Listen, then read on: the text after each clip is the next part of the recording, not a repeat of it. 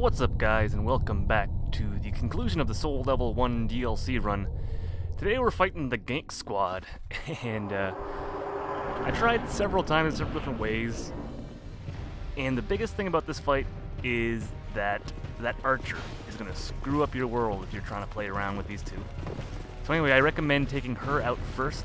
I call her because it looks like Lucatiel, but who knows. The strategy here is go for all the toxics and poisons and let time do her thing for us. But, you know, it works out fairly well. I tried the whole parry thing before. It's a little overwhelming with the three of them because you don't have a lot of time to kind of stick and move with that, and you're delayed if you're doing the parry and the riposte and stuff, so I found this way a little bit easier. There's also a small little glitch in the map where the AI have a little trouble getting past. I'll show you that after I take care of the archer here, and we'll go from there. Yeah, this fight, it's a thing. But I did find this way to be fairly reliable. You're still very RNG dependent because there's three of them moving around, and that becomes a real pain in the ass. So stick and move. They can't track you too well. Just like I said, just watch out for the archer. But if you focus on the archer first, once that's down, the rest of the fight, it becomes significantly easier. It's still not necessarily easy, but at least you don't have anyone sniping you in the back when you're trying to take care of the other two. So, I'm sorry once again, this is not going to be the most entertaining fight in the world, but I don't know. What are you going to do when you're up against little Gank Squad here? So, lots of healing, lots of spells, and lots of dodging and running away. That's what this fight all comes down to. And it's a hard pounder, because it gets pretty tedious. Because you just want to get in there and take them out, but you really got to be mindful and be careful, so you don't end up dying like I almost did there. But once again, we've kind of stacked our armor so we can take one hit from anyone. Havel's jump attack can still one-shot us, and if we get comboed by either two, we're dead too. But we can take one hit from anyone with our armor the way it is, and you know that allows us to make a few mistakes, and mistakes are going to happen in this fight. There's just too much going on. So anyway, here's that glitch spot I was telling you about. They have a hard time in here. They can hit you in here, but they have a hard time doing it, and they derp out sometimes and just stand there for a minute so you can get a good chance to get effects on. Or well, the one bad thing about that, though, is the parry there, because you only filter one at a time, but the parry there will knock them off the ledge, which you'll also see later.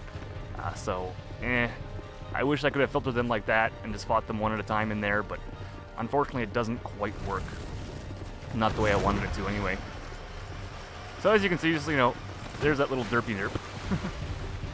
So they do a little trouble with that area, but basically just, you can run in there, bust your spell off, and then retreat. And if you need to heal, you can heal. If you need to top up on some spells or whatever you need to do, depending on how you want to fight them. So we're getting there. We're wearing them down. Oh god, this fight. And you know, we can try to. I tried a couple times to parry failed. I tried a couple times to, you know, double up the toxic and the poison. I wasn't too successful at it, but I have done it in other runs, and they lose health super quick. But I got them both toxic right now, which is good if you can always save a few spells. Here we go for the double up. But I think their other one kind of wears out, yeah, just as I get this one on. And yeah, watch Havel. That sword tends to go through most of your iframes. Isn't horribly bad, but anyway, just use the map to your best of your ability. Like I said, they have difficulty tracking you a little bit, so just run around and you should be able to get plenty of time to get any buffs or heals or whatever you need in this fight. So we're almost there. Preemptive parry. I couldn't see him, obviously. I was just going blind. Screw it, we're almost done. This should, I believe, take out the Grave Robber. And then all we got left is Havel. And he won't last much longer either. Let's see if we can't get some effects in on him. Yeah, there we go. We got poisoned.